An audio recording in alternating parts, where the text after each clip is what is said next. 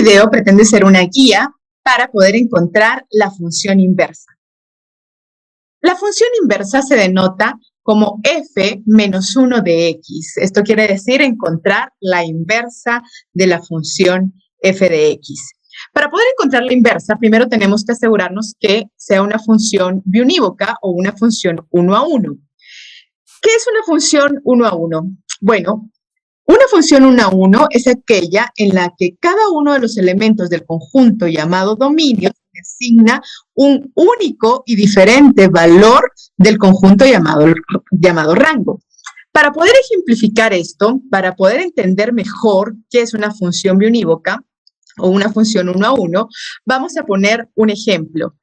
Las personas con su número de identificación personal que nosotros acá utilizamos, que se llama DPI.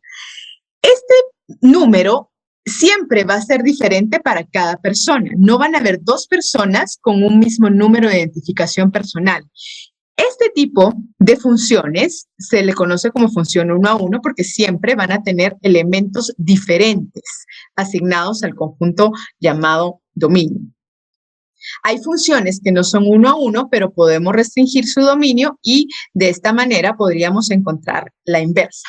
Una vez que ya sabemos que es una función 1 a 1 y que en base a eso podemos encontrar la inversa, también es importante identificar cuando tengo una gráfica. Si yo tengo una gráfica y me preguntan si esta gráfica representa una función 1 a 1, pues la forma más fácil de determinar si es una función 1 a 1 es utilizando la regla de la recta horizontal. Trazamos una recta horizontal y si esa recta horizontal toca solo un punto en toda la trayectoria de la gráfica, como lo podemos observar acá, si nosotros movemos esa recta en toda la gráfica, pues siempre va a tocar solamente un punto.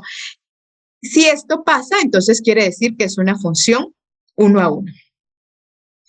Una de las características que tenemos que recordar, porque ya lo vimos en un video previo a este o bien en la lectura que hicimos, es que el dominio de la función original es el rango o se convierte en el rango de la función inversa.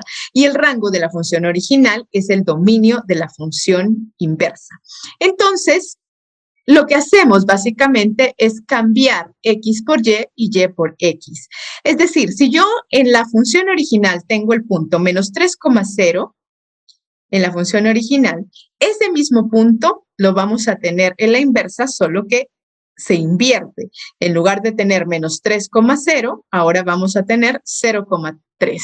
Es decir, cambiamos x por y por x. Eso es el objetivo de la inversa. Entonces, ese punto debería de pertenecer a la inversa de la función. Bueno, encontremos los pasos para determinar la inversa de una función. Paso número 1. Lo primero que vamos a hacer es cambiar este f de x que tengo acá, lo vamos a cambiar por la variable y. Entonces, vamos a convertir ese f de x en la variable y, solo se hace la sustitución y listo. Paso número 2. El paso número 2 va a ser despejar la variable x de nuestra ecuación. Para eso hacemos transposición de términos. El 4 pasa a restar, ¿verdad? Del otro lado, afectando a la y el 3 divide a todos los términos. Una vez que ya haya despejado la variable x, el paso número 3 va a ser cambiar y por x y x por y. Solo se cambian, ¿verdad? Donde tengo y, coloco x y donde tengo x, coloco y. Entonces acá tenía y originalmente, ahora pongo x y aquí tenía x y ahora coloco y. Y listo, esta es la inversa de la función. Entonces ya podemos decir que f de menos 1 de x es justamente lo que obtuve aquí. X menos 4 dividido 3.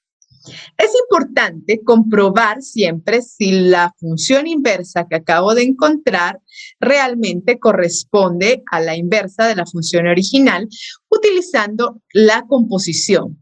F composición inversa de x siempre me tiene que dar x. O bien, si hago inversa composición f de x también me tiene que dar x. Lo vamos a demostrar muy rápidamente en este ejemplo. Voy a hacer f composición inversa de x. Eso quiere decir que la inversa la voy a sustituir en cada una de las x de la función original. Acuérdense que la función original era esta, 3x más 4. Entonces 3, en lugar de la variable x, voy a colocar toda la inversa, que sería x menos 4 dividido 3, que es lo que tengo acá en rojo, y el complemento de la función original, que es el más 4.